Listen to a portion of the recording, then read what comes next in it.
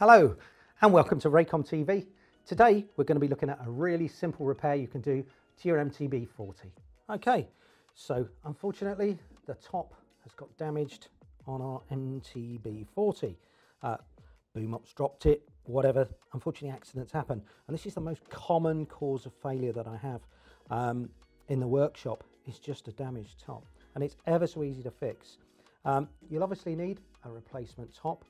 That's available out of stock from Wisycom sales, and a number 1 Phillips screwdriver. And it is as simple as this. All we've got to do is just unscrew the 2 diagonal screws either side of the connector.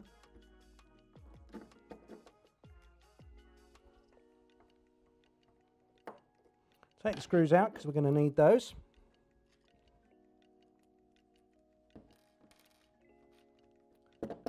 And gently lift out the connector. And you'll see on the back of it, there are 6 pins and a 6-pin receptacle on the top of the PCB there. And it's almost impossible to get this wrong. But just line it up, push it home, put the 2 screws back in.